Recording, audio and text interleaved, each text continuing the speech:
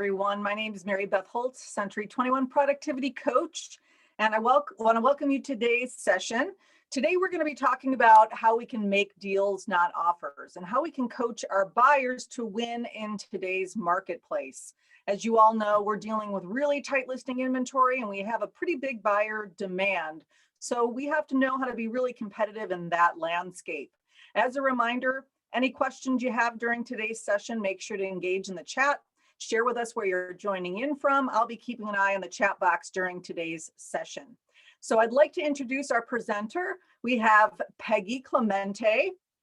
And as a reminder, hey, Giuseppe, just want to let everybody know, please keep your cameras off and stay muted. Appreciate that. We want to conserve our bandwidth on Zoom. So we're going to go ahead and turn everything over to Peggy Clemente. She's a wonderful agent with Century 21 Keystone Realty. She's going to get her presentation ready. I do see your notes, Peggy, so if you want to swap your display, let's make sure we get our presentation going. And then as soon as we have that ready to go, are you looking good at your end, Peggy? Go ahead and unmute yourself as well. Peggy, go ahead and unmute. Looks like you're muted. Can you hear me now? I can hear you, Peggy. Is everything looking okay from your end? Not really. Let me try it a little bit. Let me try this again. Go ahead. So go ahead. We want to Thank you. make sure we have everything situated Sure. before we launch into our session. No problem.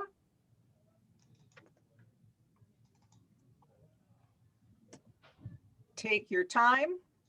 Thank you. I appreciate that. Everything's looking good, Mary Beth. All right. So you're seeing everything the way you want to see it at your end? Yes, I am. Awesome. All right, Peggy. Well, I'm going to go off camera, but I'll come back on camera to help you out. I know with a couple of your buyer scenarios we're going to go through. And then also if we do have questions, I may pop up every once in a while just to let you know if we have any questions and we'll talk about it. All right.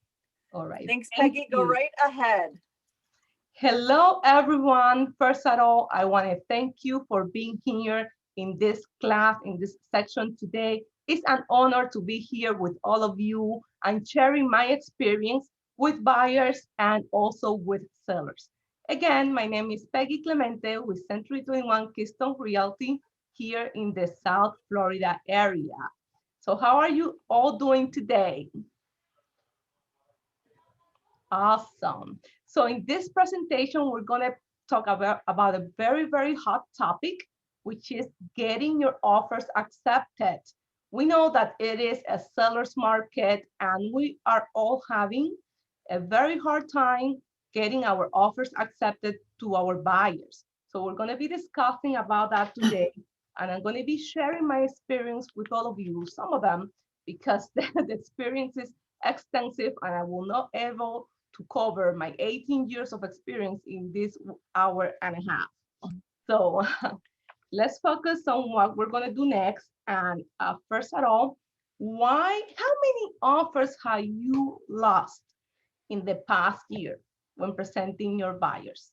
Can somebody tell me? Just say a number in the chat. How many?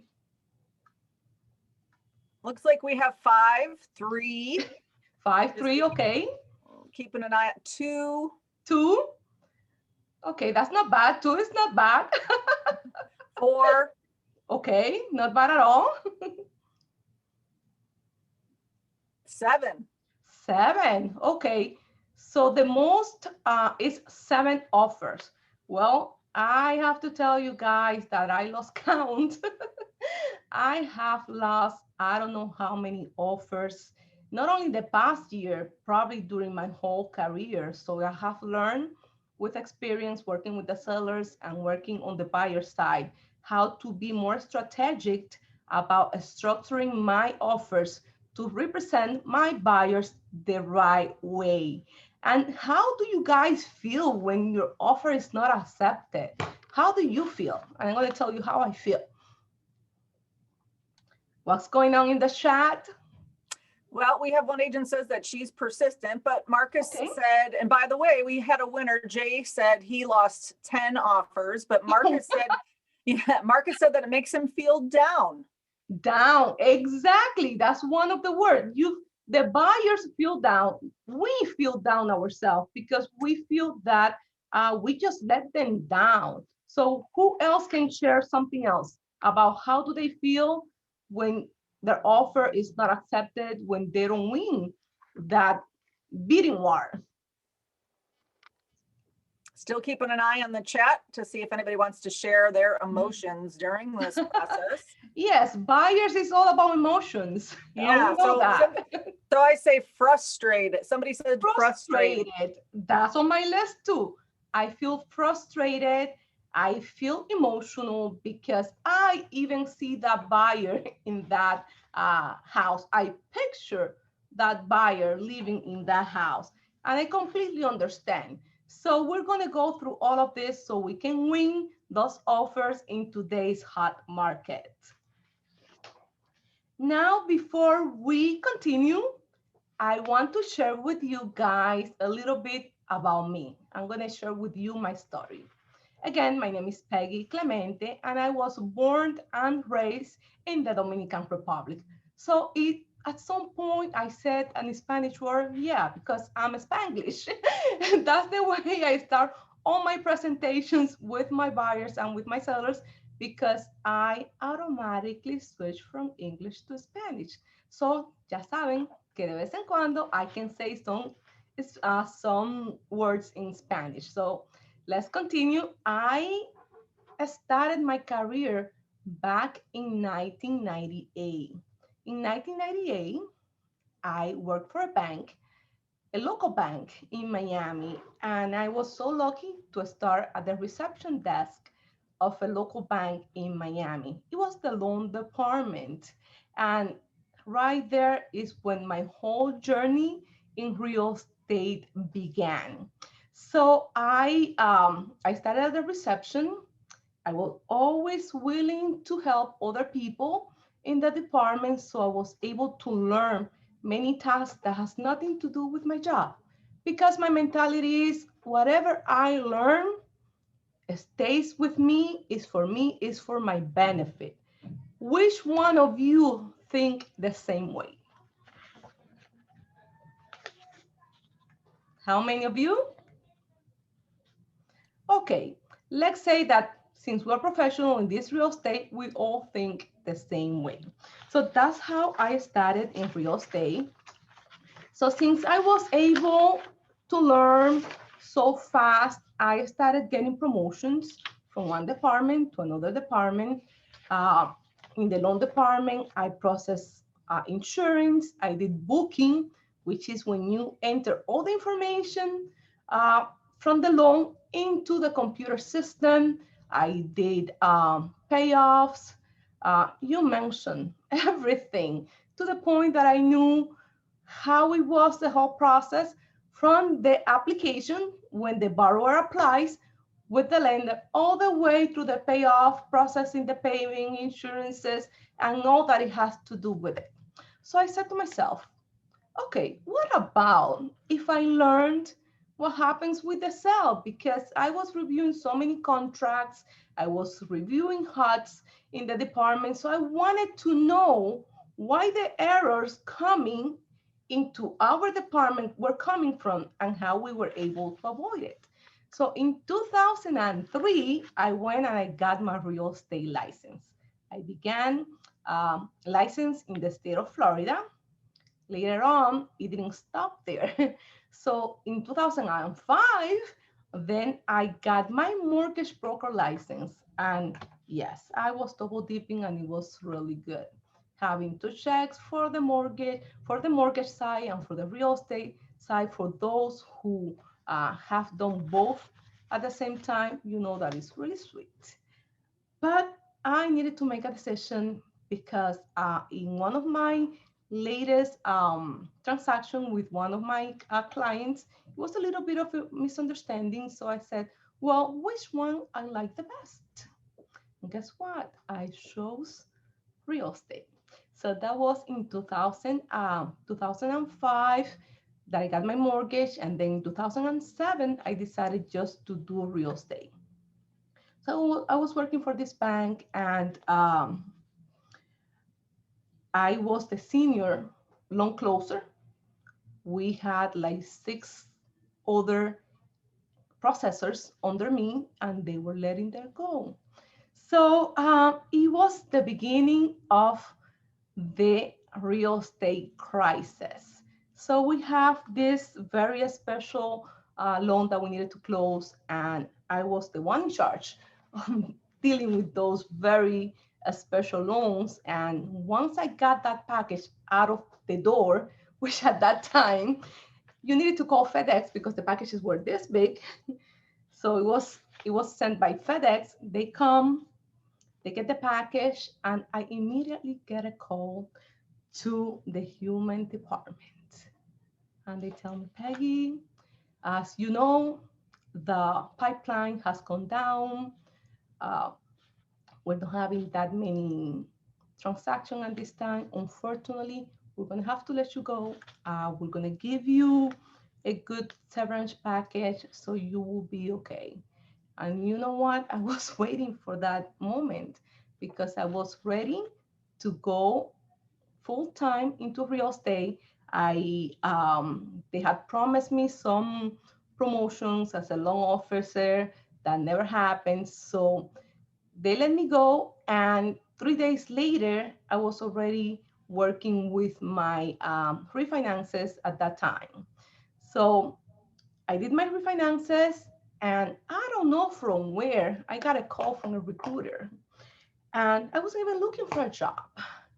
And then I got back into banking for someone that, as of today, I don't know who was that person that gave my name to that recruiter to work in another bank. They gave me everything I asked for, everything. But you know what? I was back to doing things that I did at the beginning of my banking career. I was recently divorced. My kids were going home by themselves.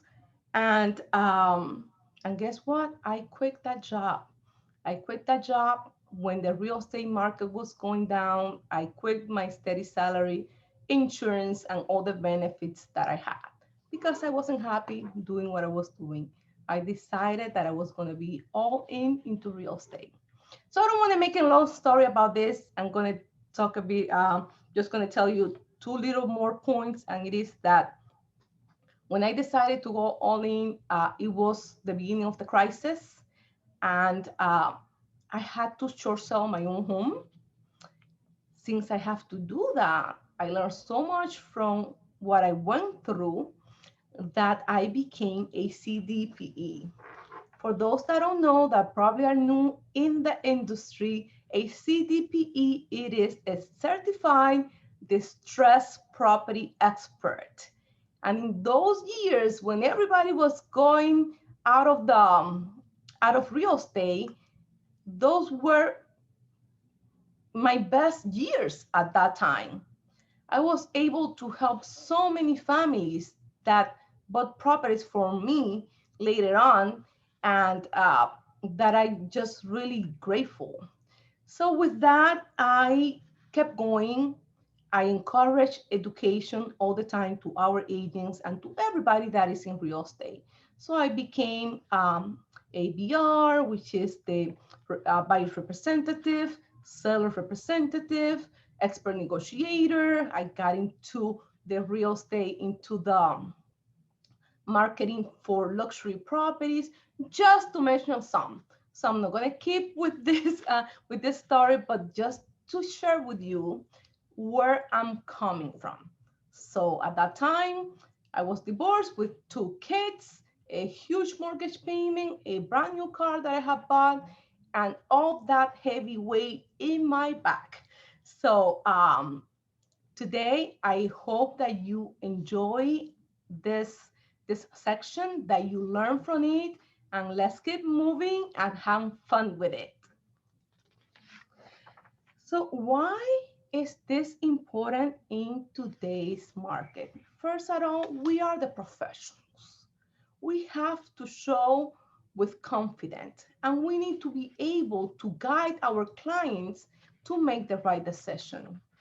The other day, I was listening to one of the podcasts that I hear. I can tell you right now exactly which one it was, but it was an agent saying that she was feeling so bad because she was guiding the buyer to do an above asking price offer, and she was feeling that that she was guiding her buyers to overpay.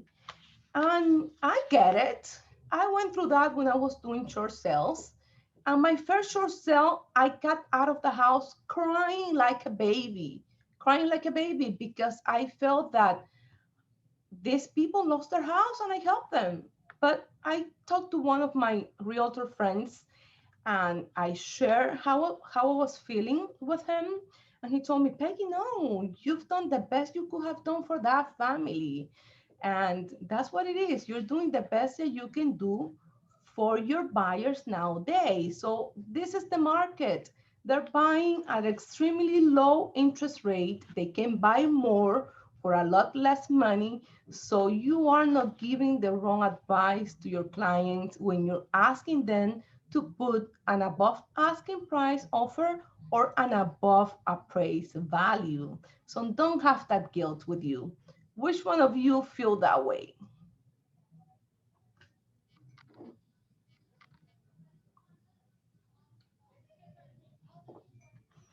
Okay, I don't see the chat, but let's keep going. I know many of you feel that way. Now, today we're going to cover the fundamentals of coaching your clients. It's really, really important. We're also going to talk about myth and facts. In today's market, sellers rule. And I'm going to share with you from the listing side the common mistakes that I see happening every day when I get offers on my listings. I'm also going to share with you how you get those offers accepted and also how to avoid these mistakes. Coaching our clients is basic. So let's talk about that a little bit. And okay, here's like a little bit with the slides. Let's talk about the myth. And one of the myths is that because it's the first offer, the offer has to be accepted. I know many of you, this property comes on the market, you run, you show the property. Sometimes you don't even show the property and you send that offer. And the listing agent says, well, the seller wants to see more offers. And then we come back and say, well, but it says that it's expired tomorrow. Okay, if you want to go ahead and extend your acceptance periods, that is okay. That's one of the things. Cash always win. Okay, I have a cash buyer. Okay, a cash buyer is always good, but the cash not always win. This is a really good one. When the buyers come to us because we're the listing agents and they say, listen, you're going to make more money because you're going to be working with both sides. Are they is that true? Yes, it is true, but it all depends on principles. What is your principles as a listing agent? You want to net the most amount of money for your client. But buyers nowadays, when you have the listing, which is really good, but they also come with the idea that they want to negotiate not the price, but your commission, that your client, the seller, is paying you for doing a great job. And something that I experienced a lot and before I lost buyers is because in the open houses, you see this buyer that finds everything wrong with the house, especially those houses that are dated and need a little bit of cosmetic here or there. They start saying a bunch of things to to the listing agent, and they talk so loud so other people that are there listen, and you know what, they scare them away and they stay with the house. So when you see this buyer that goes into the house finding any little thing wrong with the house, that is a potential buyer. Tell me, trust me, I've done it, I've been there, and we have done very successful transactions with this kind of buyers. Here are the facts is that, as I repeat again, the first offer is not the one that's going to be accepted, not most of the times, is that seller wants to see as many offers as possible. As an experienced listing agent, we have the ability to produce multiple offers for this seller to choose from. And that's what we want to do for our sellers. Do you agree with me? Other is 95% of the buyer or of the cash buyer, they will pay a lot less for the property. Some of them are investors and they're really looking for a deal. And those are the first ones that hit our email.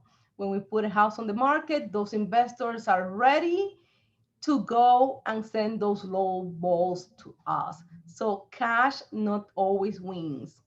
And it has to be a win-win situation, winning for the buyer, winning for the seller. Also, us as a real estate agents, we all have to be winning in this transaction. And as I said before, when these agents, when these buyers come to our open house finding any little mistakes, keep an eye on them because that could be your potential buyer for that listing. Okay, in today's market seller's rule, well, let me tell you, the term highest and best is not new. This is not something that is happening only in this market. Highest and best and multiple offers has always existed. Ever since I'm in real estate, which I've been in real estate for a long time, more likely in the field for a long time, I remember receiving offers with backup at the bank. So highest and best is not a new term. This has always existed. So the best offer not always get accepted. We need to keep something in mind. When we're talking about highest and best, it's the highest price and the best terms. We need to be clear with that. It's the highest price and the best term for your seller. And yes, this is an emotional profession. Sellers are emotional, buyers are emotional, and we are emotional too because we get connected to their personal situation. Sometimes a seller will pick an offer just because uh, it is the neighbor's daughter or it comes from a relative, somebody that they know, and they really don't care if it's the highest or best offer. And when we say that buyers can buy for more, I'm going to share with you one of my recent experience. It was a house here in our area, Pembroke Pines area, and I have this open house. This property went on the market. It wasn't ready to be shown. The seller were getting the house ready for an open house. The house goes in the market, let's say it was on a Thursday. On Friday, and Saturday, the sellers were getting the house ready to do the open house. This buyer immediately comes to me and she calls me and she goes, "Listen, I'm interested in this house, and I want to place an offer. When can I see the house?" But I wasn't allowed to show the house yet. I was allowed to show the house in the open house. So she wait. The open house comes. She comes. She's the first to be there, but it was like 15 or 30 minutes before the open house. She was the first one, as I said, and there was a line already of 20 people. 20 people. So she stayed right there, and we have at that open house between 80 to 100 people during this pandemic, everybody under the heat, wearing masks, waiting to see this house. So when she saw that, she was really interested in the house. They came initially trying to negotiate our commission. Realtors were there with their files and their offers ready. We started getting offers, and then she goes, "Peggy, what can I do to keep this house?" And I said, "Listen, we have already 18 offers on this house. And unfortunately, yours is not the stronger one. And she said, Peg, but I'm coming straight to you. And I said, yes, but I'm working for the seller. You need to give me your highest and best because I'm going to be presenting all of these offers tomorrow. Please give me your highest and best. So she goes and she calls me back and she says, Peggy, I was going to buy with financing 20%, very strong buyer. But you know what? Now I'm going to buy cash.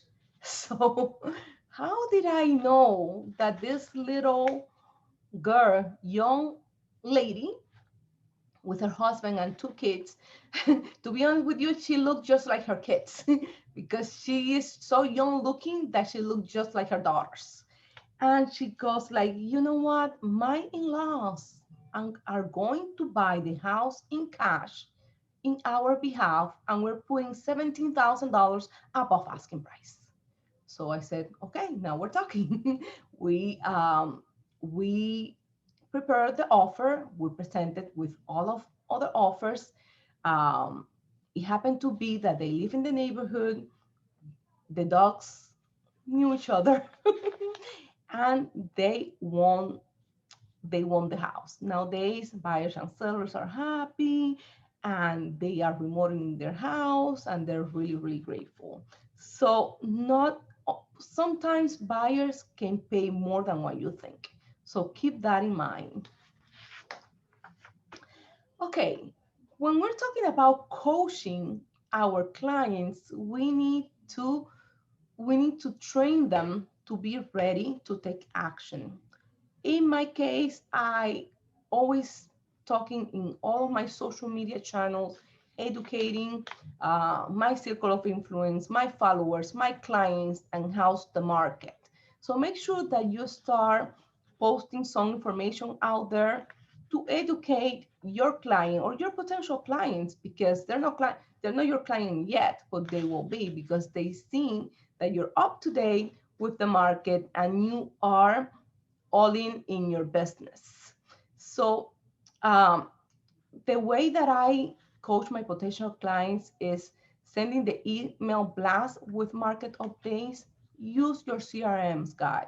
We have SAP, we have business builders, and any other CRM that is your choice that you would like to use. But we have great CRMs. In your social media channels, as I said, person-to-person conversation, when you follow up, you need to create that urgency, so you transfer that potential buyer from potential to active, and you can go be out there showing properties to this buyer. Also, direct mail. Again, CRMs are a great tool. So use it to your advantage, use it effectively. The potential buyers that you have in your pipeline, make sure you touch them before they become active buyers. Here's one of my social media channel posts. Actually, this was a couple of days ago. And I'm talking about what's going on. Does the higher offer always win? And then I make here a comment of what could happen if that offer doesn't win. So this is posted in all my social media channels, Facebook, Instagram, LinkedIn, Twitter, all of those. So make sure that you put that content out there. Buyers need to know. They're looking at you even if you don't know it. Remember the goal, has to be a win-win situation. Again, winning buyers, winning sellers, winning agents. So when we're talking about, sometimes you have to lose in order to win. Just think about the referrals that those buyers can send you and the relationships that you create with other professionals, because this is not for us to be alone in this profession. We have to create relationship with each other, because there's nothing better than working a transaction with a realtor that you have already worked with, that you know that you're going to have the work done nice and smoothly. So we need to create those relationships with other fellows, not only in your area, but also around the world and around our Century 21 brand. Okay, now we're going to talk about some mistakes that I've seen when buyers are submitting, no, when agents are submitting their offers in behalf of their buyers. This is what I normally see. So guys, if you're new in the business, please avoid this very simple mistake. One is not having an updated pre-approval. I know it could be 30 days, but trust me, buyers, they get excited, they see a car, they buy it, and you lose your deal, you lose your sale, and you lose your buyer for that moment. Financial can change very quickly. So make sure that you have an updated pre-approval. And when it comes to coaching your buyers in your buyer presentation, when you meet with them, have them automatically send the loan officer their pay stuff every week if they get paid weekly. If anything changes, they have to document any large deposits. Nothing can really change from the time that they're pre-approved. We are the first touch, so it is our responsibility to tell them what to do, to guide them the right way. Because if they can buy a house because we didn't advise them that they couldn't buy a car or get into any more debts, then what they're going to say, Peggy, but I didn't know. I didn't know. So we are responsible to let them know what to do and what not to do to guide them the right way. The pre-approval lower than the purchase price because they think that that probably since the seller says that they don't have all the money, the approval money, that they can get the house for less. Not documenting your offer properly. Okay, I have a problem with that because I like to receive my offers complete and properly. What I mean by that is make sure that you have your updated pre-approval, that you're submitting the proof of funds, if it's a cash buyer, that all the addendums are included in there, that everything that you need to fill out in the contract is properly filled out. So it is very common. I've seen very beautiful offers and not supported correctly. So by the time you get to fix all of that, somebody else come and they get the house. So that's reality.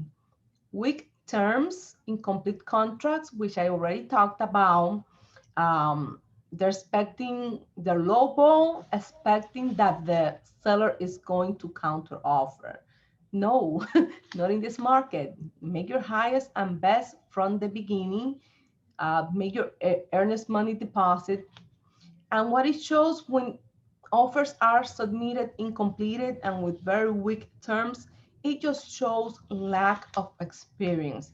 If you're new in the business, we all were new at some point, just seek for help.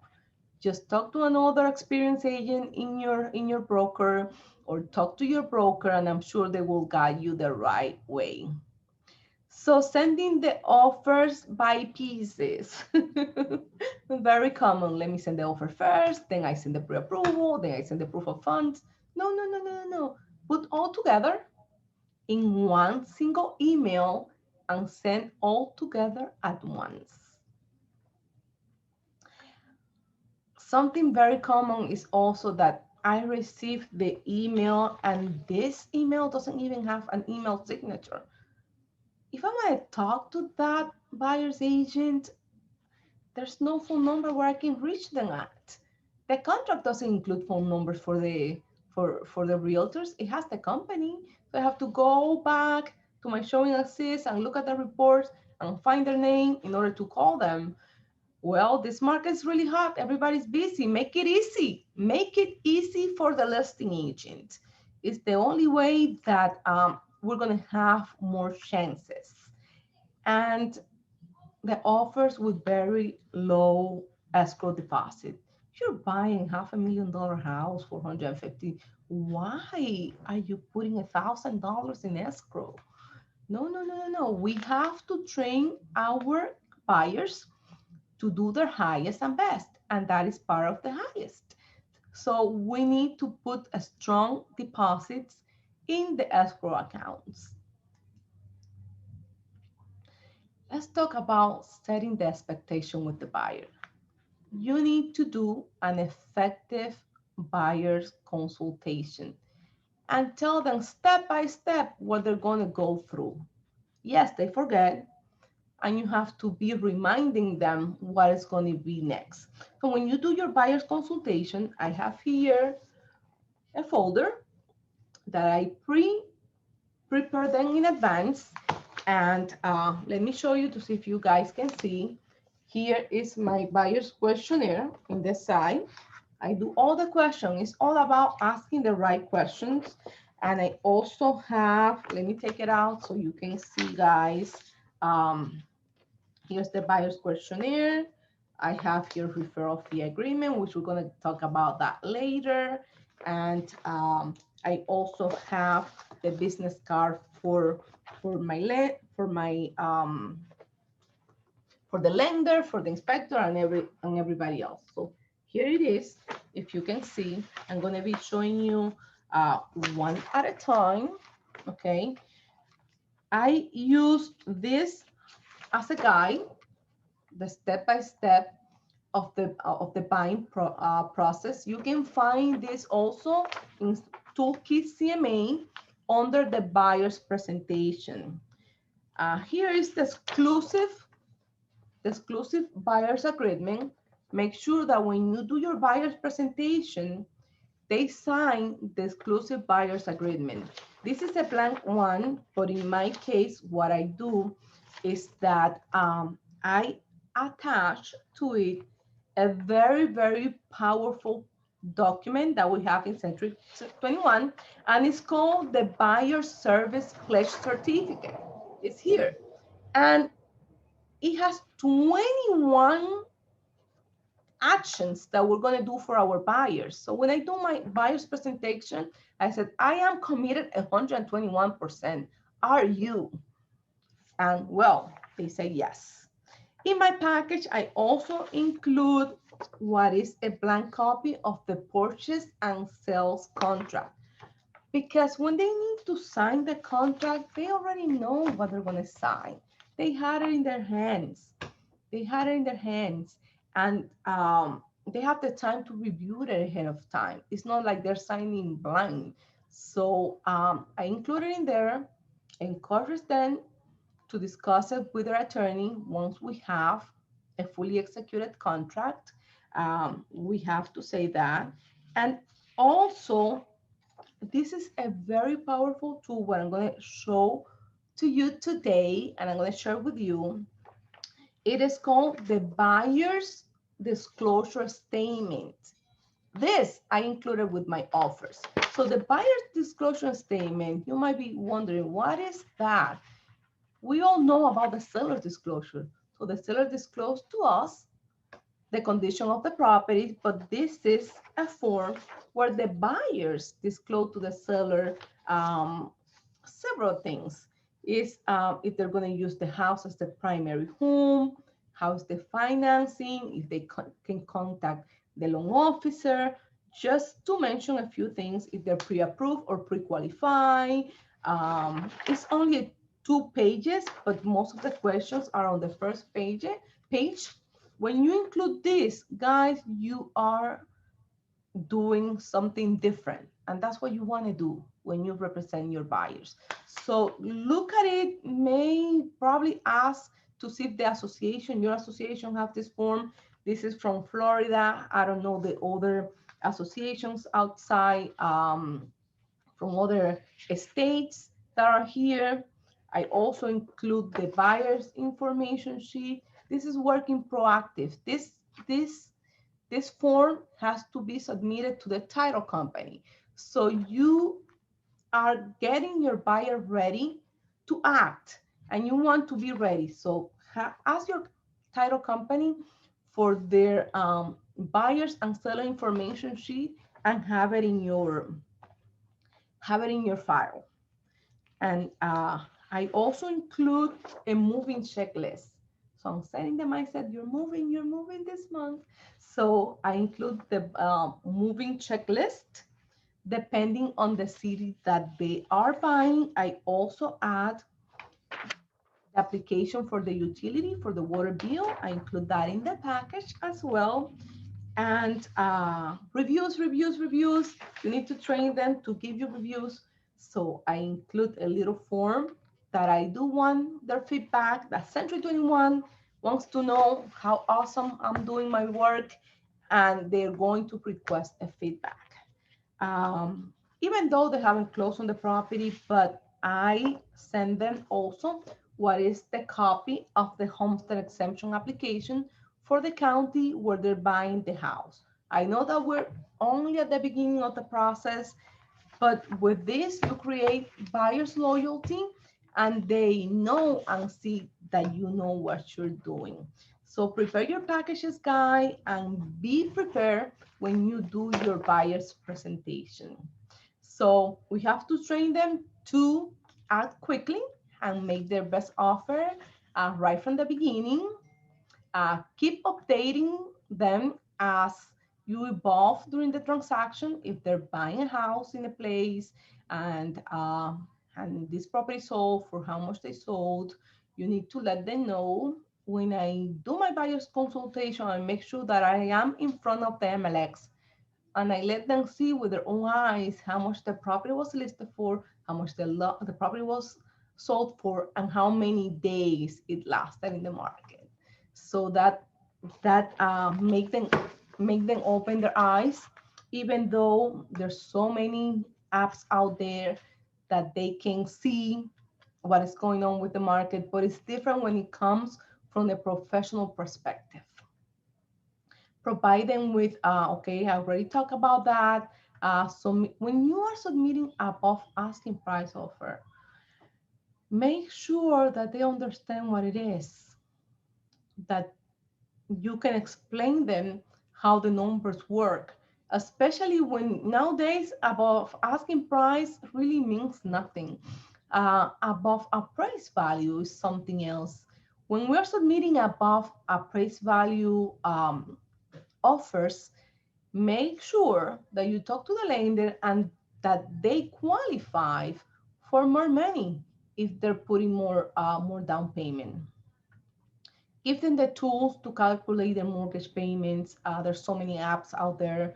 Just look for one that you feel comfortable with and share with your clients, because sometimes it's not about how much they're approved, but how much they can afford. Depending where the house is located, if it has or not flood insurance, if the condition of the house is good enough that they're going to pay less homeowners insurance. All of this we need to take into consideration, because they can probably buy a little bit more if the insurances are less and the taxes are less. So we have to think a little bit outside the box. There's a difference when we're talking about monthly payments based on the loan amount, and also based on the purchase price. Okay, now we're going to talk about getting your offers accepted. Have a negotiator mindset right from the beginning. You are there to negotiate the best for your clients. Listen carefully and follow the instructions. I see this very often. I get many phone calls asking me for things that I already disclosed in the MLS. So pay attention. Uh, we need to know that we're heard, and present aggressive offers that no one can beat. Use strong terms, prices, and show your expertise in the business. Listing agents wants to feel comfortable that they're working with the right agent. If you guys are listing agents, I'm sure there's so many listing agents in this section as well. Is, have you ever feel that I don't know if I'm going to be able to work with this agent? Doesn't seem to be experienced. It doesn't. I don't feel comfortable. So make sure that you show your expertise and more than anything, your professionalism. We're working with the listing agents. Uh, Present your offers in person.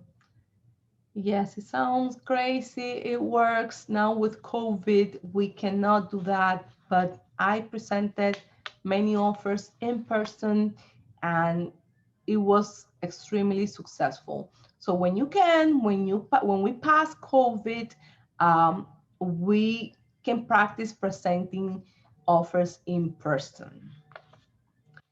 Have a winning mindset. What I'm saying with this is just act like you already have the deal. Um, Shorten the contingency, give seller some time, and find out what is important for the seller. Okay, when I'm telling you to act like you already have the deal, something that I do often to catch the attention is everybody's an offer for this property, offer 123 Broadway Street, just for saying something crazy out of my mind. Everybody does that in the subject line. No, no, no, no. Let's do something different. Send that subject like you got the deal. Hey, congratulations, we have closed your deal, and then you put the property address. That will call the attention for sure. Trust me, I've done it. It works. Okay.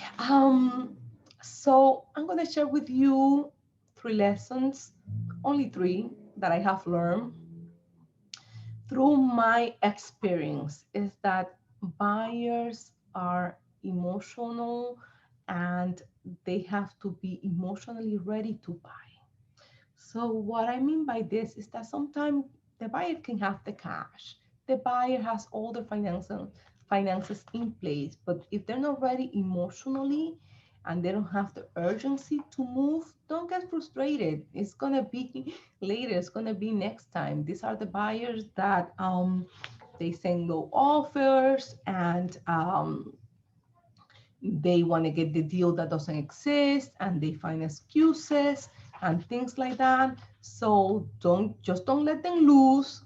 Keep working them because at some point they're going to buy. So buyers need to be ready emotionally as well, not only financially.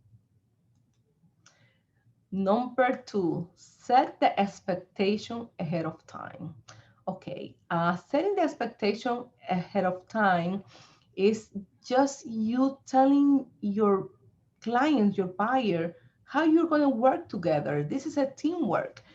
It's not only us. It's when we go to the property, this is what we're going to do. I'm going to give you the wires transfer for the title company. You're going to send the wires. So set the expectation ahead of time how you and your client are going to work together. That nothing is a surprise for them. That way they will be ready. And number 3 is keeping buyers loyalty. I know, I know the saying, buyers are liars.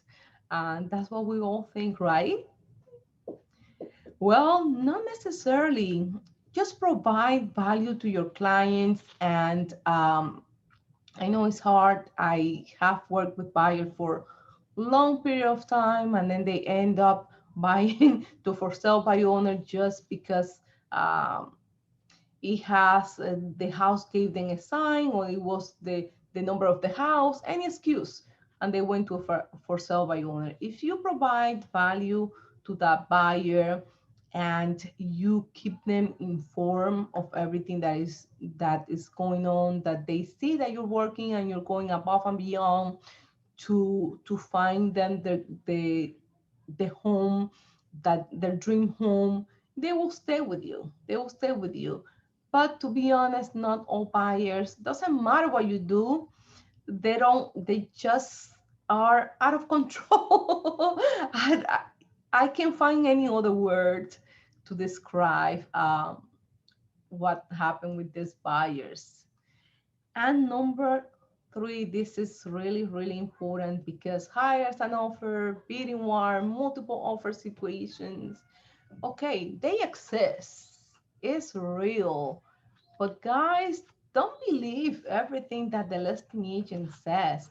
Make sure you do your homework. Go to the MLS, look for the history of the property, do your research, what the property cancel and put back in the market. Look for your comparables.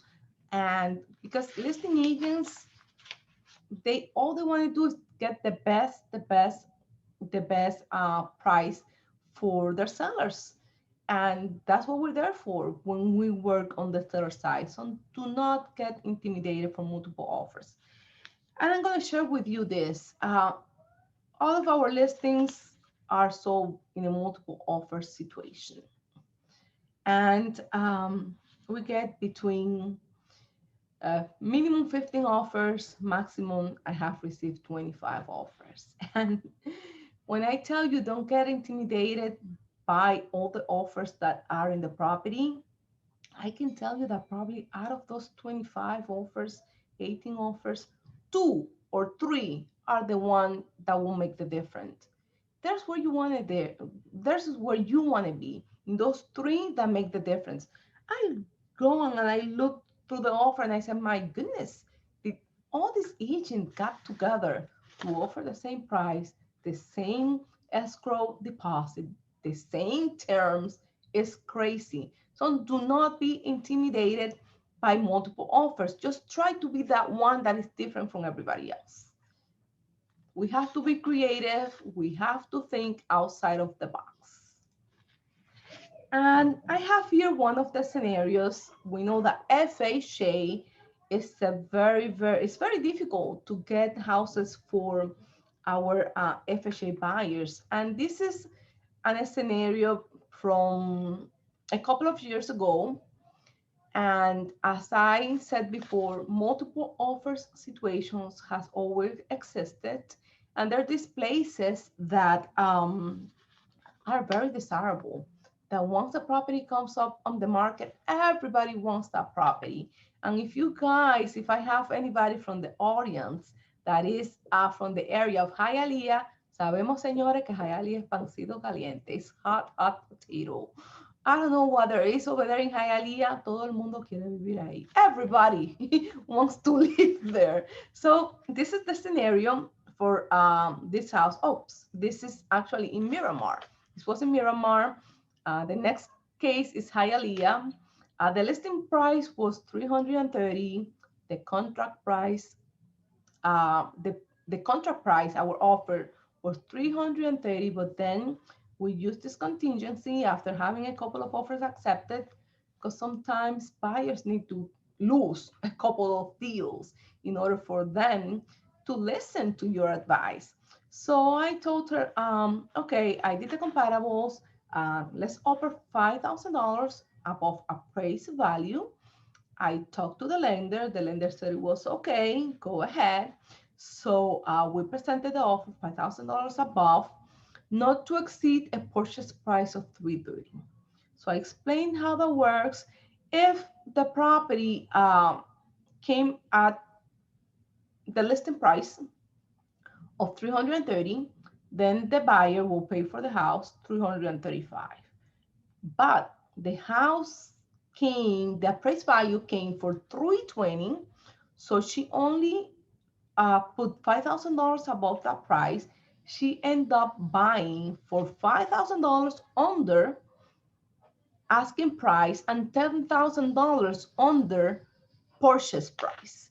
So this buyer is super happy in the property and in her house, and everybody in the family that she knows of or that she hears of, they send it to me. They send it my way. Okay, here is a second scenario. If you can please, Mary Beth, give me a hand with this one, because this one is like a 3 slides, so I can press my voice a little bit. Thank you so much, Mary Beth. Sure. Do you want me to just read through this email, Peggy? Yes. The first thing that I wanted to see is how I put the subject line in this property. And this is the house in Hialeah with my clients. And let's go ahead if you could. Yeah, I see in the subject line says great offer, and then it has the property address, and then you put Hello, Ania. Buyers love the house and they're very stable and responsible couple. To prove their good faith and intentions, they're offering full price. It is their desire to make this their primary home.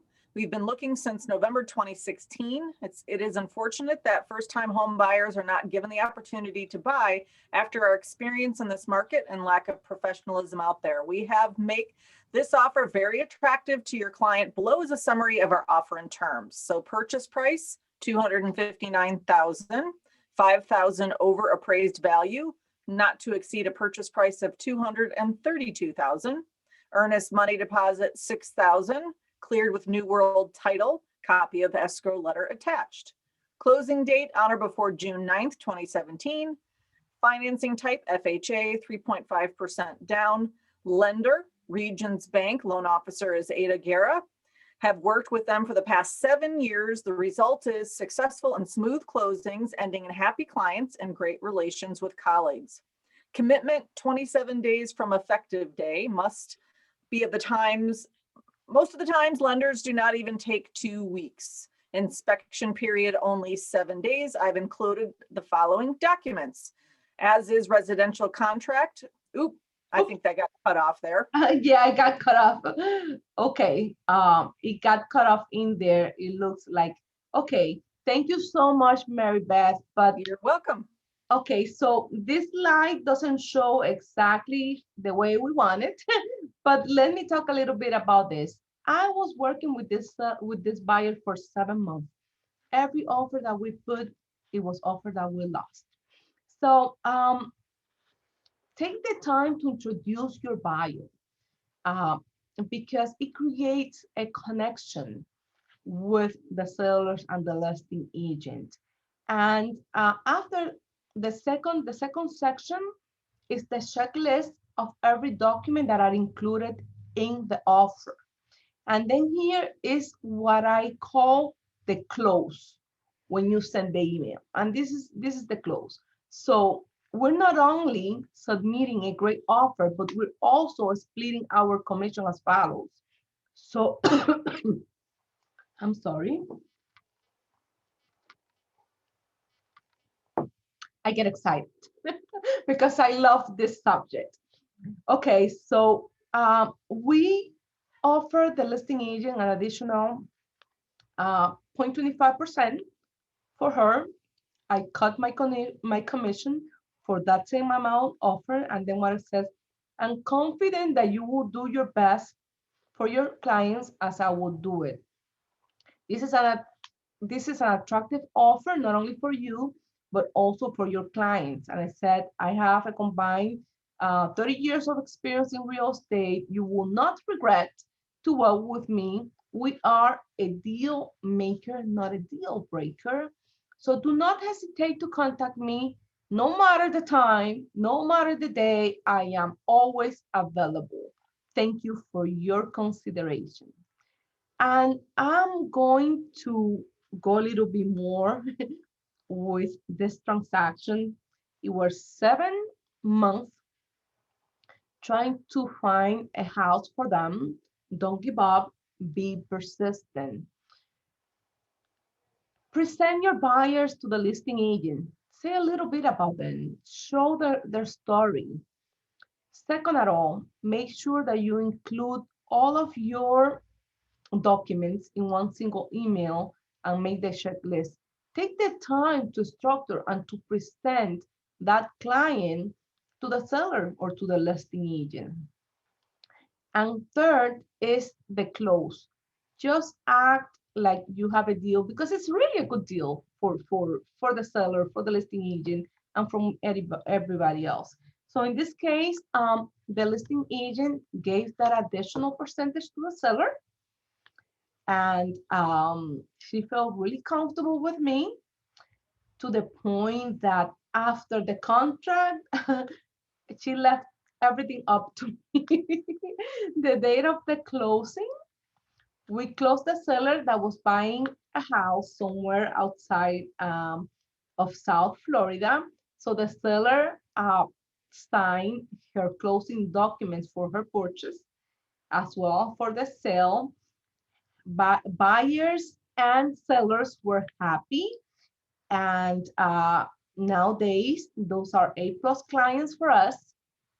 We get invited to family events, and we have also closed from that family around 1.5 million just on referral from that client.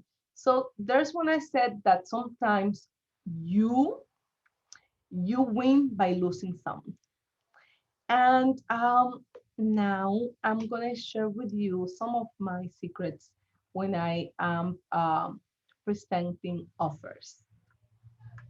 First, let the listing agent feel that they will have a smooth transaction by working with you on your buyers.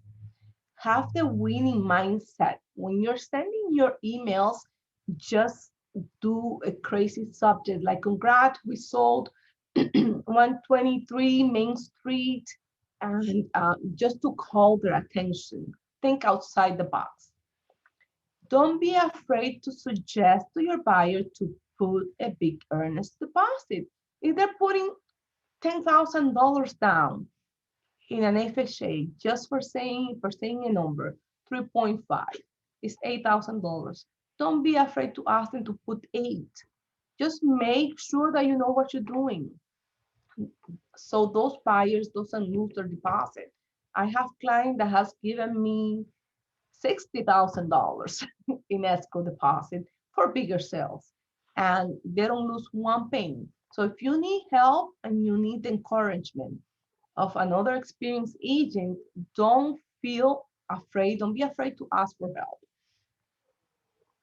Present your offer in person when possible. Nowadays, we can't do that. Above asking price means nothing to the sellers. Above appraised value makes a huge difference. And when you present offers above asking or above appraised, as you saw the two previous scenarios that I showed, both of the buyers end up purchasing for a lot less. One of my recent buyers, it was a hot property, and he wanted to offer $17,000 above asking price and waive the appraisal contingency. So he asked me, Peggy, look for the comparables. I want to make sure that this is right. So we look for the comparables. I showed them the comparable. And guess what? The house appraised. The house appraised, and he didn't have to put any money out of pocket at closing. Just the regular closing costs and the remaining balance of the down payment. So do your homework. Do your homework. Let me see. Submit the offers not only with the best purchase price, but be aggressive when it comes to terms. And be careful when structuring those terms. You don't want to harm your buyer. So use a cover letter with the information that includes the information for the title company, the lender, yourself, even your broker. That will make you look a lot better when you're including the information for your broker, because you're telling them if there's any problem, hey, contact my broker. He is available if you have any questions. Make sure that all the contract has the applicable addendums. Be a flexible negotiator. Follow up when possible without being aggressive or imposed. Offer the listing agent a referral fee. Okay, this is this is one of the tricks that I use. Sometimes you send your offer, and like in the other case, I offer certain percentage of my commission to the listing agent, and the listing agent gave it to the seller. You can also use a referral fee agreement. That's why I have it included in my package in case I need to use it. So this is just taking the tools out of your pocket when you need it. And I have a case that it was a buyer buying Orlando, and those buyers that they want to do everything with you. Doesn't matter what it is, doesn't matter the distance, they just want to work with you. So what I did in that case, he saw the house virtually. I sent the offer to this other agent. It was in the Orlando area, and I sent the offer with a referral fee agreement. And guess what? The agent was super happy. He opened up the door for the inspection, for the appraisal, and we closed a beautiful transaction. Buyer is happy there. He relocated from New York, and he's happy with all the work that I've done for the past probably 15 years. Let me see where we're going. Updated pre-approval.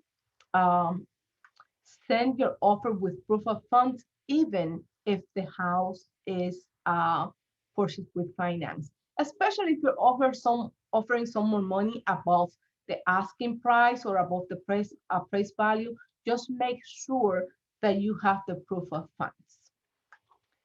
Don't ask for the seller to any contribution when you do your inspection. If something goes wrong, then there is the time to do your negotiations.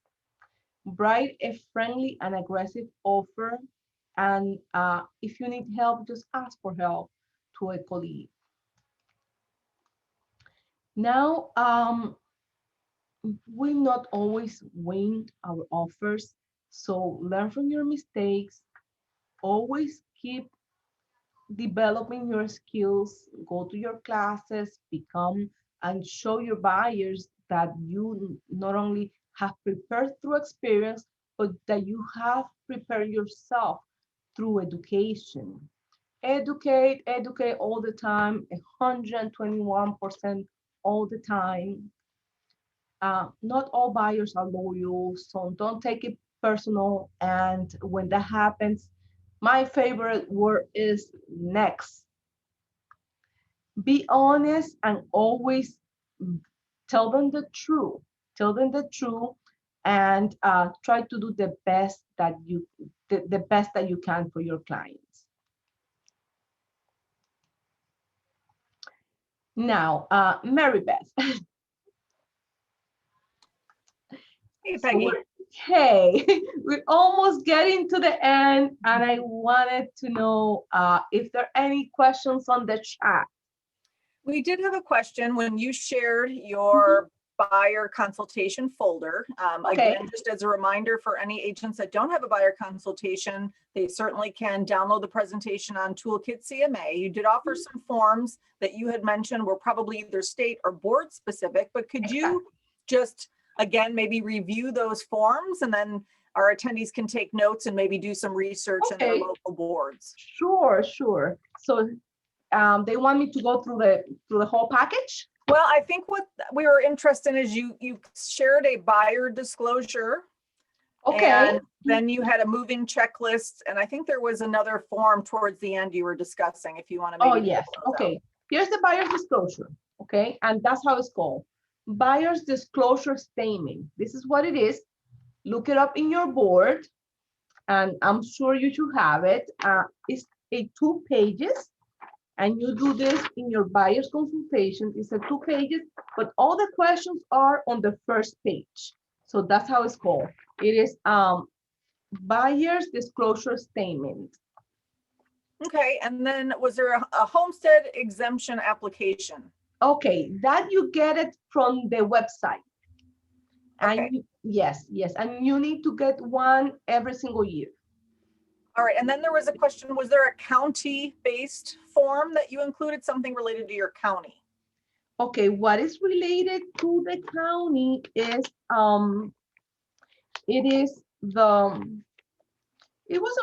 what is related to the county is the homestead application. Okay. Yeah, it's the homestead application, and the other form is the utilities bill form for the water. When you go and connect the water, depending on the city that there is, and you can find all of those online.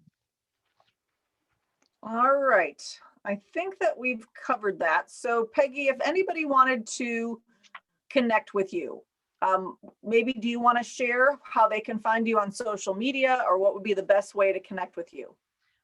Okay, I'm always available. My cell phone number is 305-303-0134 is my direct phone number. I am also on social media. Facebook is Peggy Clemente.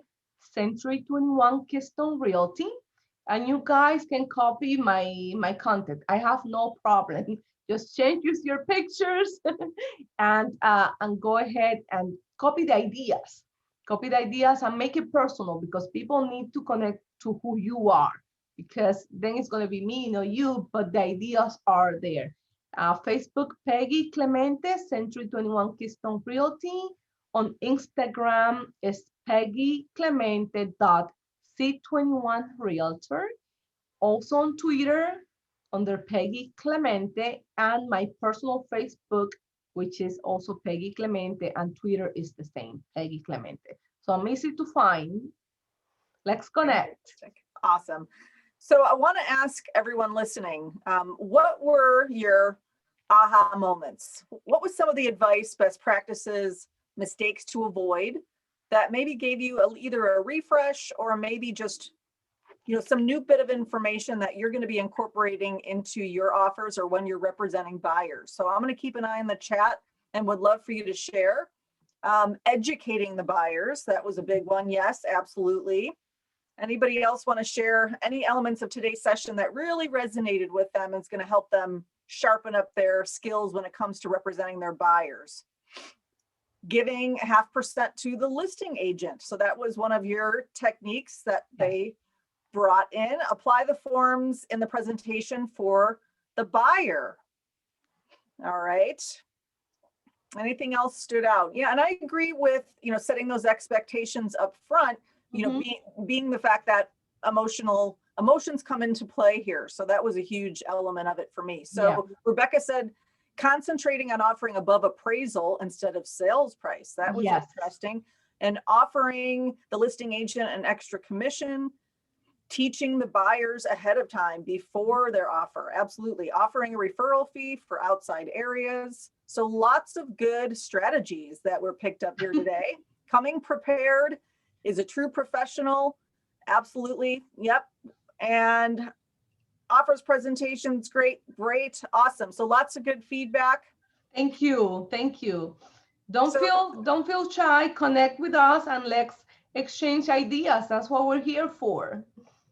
Frank asked about a good amount for a referral fee to the listing agent. Of course, that's going to be, again, super related to your local board, but do you want to share kind of your strategy on that specifically? Okay, when it comes to referral fee agreements, when you send your offers, make sure that your broker is okay with that. Because remember that you're sharing part of the commission that belongs to the broker. So you need to be supported by your broker. And when it comes to the percentage, it's not going to be a full 25 or 30%. It all depends on the occasion. In that occasion, when I have this buyer working in Orlando, I offer a 25 referral fee, which is a lot more than the 0.5% offer in the other case.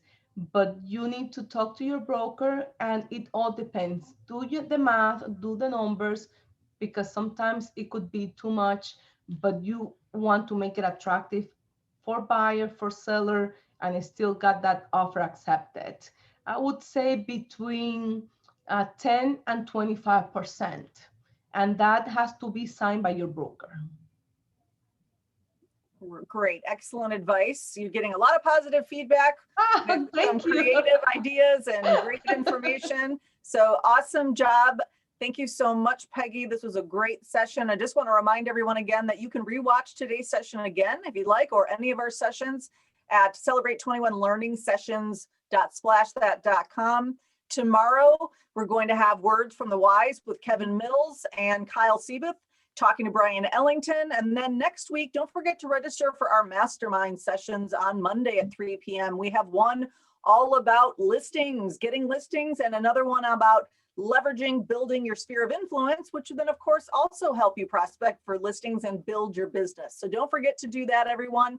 Again, thank you so much, Peggy. Thank you to everyone who attended today, and we will see you at the next session. Thanks, everyone. Thank you so much. Bye-bye. Thanks, Peggy. Take care. Thank you, Mary Beth. Thank you so much. Thank you, Peggy. It was fantastic.